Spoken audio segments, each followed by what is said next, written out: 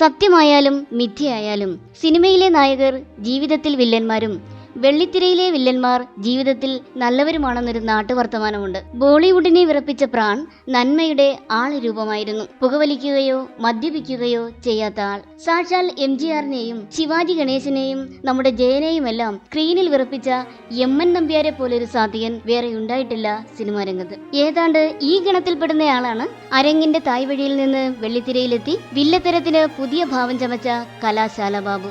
വെള്ളിത്തിരയിലെ നീചവേഷങ്ങളെ മുൻഗാമികളെക്കാൾ തന്മയത്വത്തോടെ അവതരിപ്പിച്ച ബാബു സമ്പാദിച്ചു വെച്ച പ്രേക്ഷക വെറുപ്പിന് കണക്കില്ല. എന്നാൽ കസ്തൂരിമാനിലെ പലിശക്കാരൻ ലോനപ്പനെയും റൺവേയിലെ വർക്കി ചിന്നാടനെയും തുറുപ്പുകുലാനിലെ ശ്രീധരൻ ഉണ്ണിത്താനെയും എല്ലാം അനശ്വരമാക്കിയ ബാബു വീട്ടിൽ വില്ലന്റെയല്ല തമാശക്കാരന്റെ റോളാണ്. കളിചിരികളുമായി ഭാര്യയ്ക്കും കുട്ടികൾക്കുമൊപ്പം കൂടുന്ന ഒരു സാധാരണ കുടുംബനാഥൻ.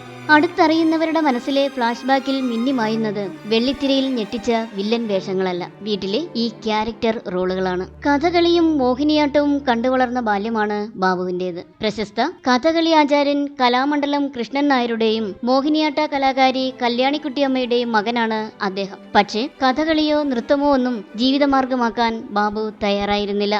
എറണാകുളം ജില്ലയിലെ തൃപ്പൂണിത്തുറയിൽ കലാമണ്ഡലം കൃഷ്ണൻ നായരുടെയും കലാമണ്ഡലം കല്യാണിക്കുട്ടിയമ്മയുടെയും മകനായി 1950 ജനിച്ചു. 1970കളിലെ കോളേജ് വിദ്യാഭ്യാസ കാലഘട്ടത്തിൽ റേഡിയോ നാടകങ്ങളിലൂടെയാണ് കലാരംഗപ്രവേശം. പിന്നീട് 2 വർഷം കാളിദാസ കലാകേന്ദ്രത്തിൽ നാടക നടനായി പ്രവർത്തിച്ചു. O മാധവന്റെയും KT മുഹമ്മദിന്റെയും സഹപ്രവർത്തകനായിരുന്നു.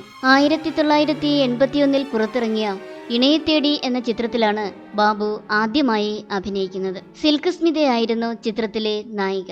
ആന്റണി ഈസ്റ്റ്മാൻ ആയിരുന്നു ഇണയെത്തേടി സംവിധാനം ചെയ്തത്. സിനിമ പുറത്തിറങ്ങിയപ്പോൾ കലാശാല ബാബു പ്രതീക്ഷിച്ച പോലെ ആയിരുന്നില്ല. സിനിമയുടെ സ്വഭാവം തന്നെ മാറിപ്പോയി. 1994 പുറത്തിറങ്ങിയ വാരഫലത്തിന് ശേഷം സിനിമയിൽ നിന്ന് ഒരു നീണ്ട ഇടവേളയെടുത്തു ബാബു.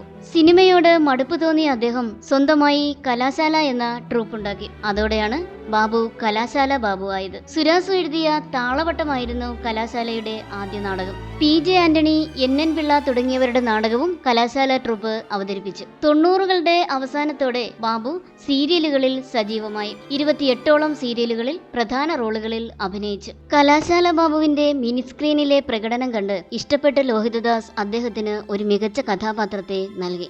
കസ്തൂരിമാൻ എന്ന സിനിമയിൽ ബ്ലേഡ് മുതലാളി തീവിഴുങ്ങി ലോനപ്പന്റെ വേഷം. പിന്നീട് ഒരുപിടി മികച്ച വേഷങ്ങളാണ് അദ്ദേഹത്തെ തേടിയെത്തിയത്. അതിലേറെയും വില്ലൻ വേഷങ്ങളാണ്.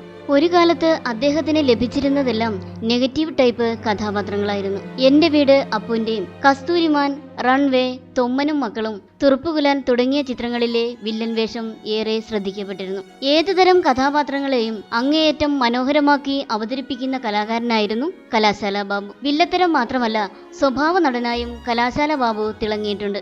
നായകന്റെയോ നായികയുടെയോ അച്ഛനോ അമ്മാവനോ ആയി മികച്ച അഭിനയമാണ് അദ്ദേഹം കാഴ്ചവെച്ചത്. ഇതോടെ വില്ലത്തരം മാത്രമല്ല, നന്മ നിറഞ്ഞവനായും തനിക്ക് തിളങ്ങാൻ കഴിയുമെന്ന് അദ്ദേഹം തെളിയിച്ചു. ചലച്ചിത്രങ്ങൾക്ക് പുറമെ കടമറ്റത്ത് കത്തനാർ, കുടുംബയോഗം, മറ്റൊരുവൾ, അമ്മ, ഇന്ദിര, സത്യം ശിവം സുന്ദരം, ജാഗ്രത തുടങ്ങി നിരവധി സീരിയലുകളിലും അദ്ദേഹം അഭിനയിച്ചിട്ടുണ്ട്. സൺഡേ ഹോളിഡേ, ക്വീൻ തുടങ്ങിയ സിനിമകളിലാണ് അദ്ദേഹം ഒടുവിലായി അഭിനയിച്ചത്. ഭാര്യ ലളിത, മക്കൾ ശ്രീദേവി, വിശ്വനാഥൻ. ഹൃദയ സംബന്ധമായ പ്രശ്നങ്ങൾക്ക് ചികിത്സയിലായിരുന്ന കലാശാല ബാബു ഒരടിയന്തര ശസ്ത്രക്രിയക്കിടെ 2018 മെയ് 13 68-ാം വയസ്സിൽ മസ്തിഷ്ക രക്തസ്രാവത്തെ തുടർന്ന് കൊച്ചിയിലെ സ്വകാര്യ ആശുപത്രിയിൽ വെച്ചാണ് അന്തരിച്ചത്.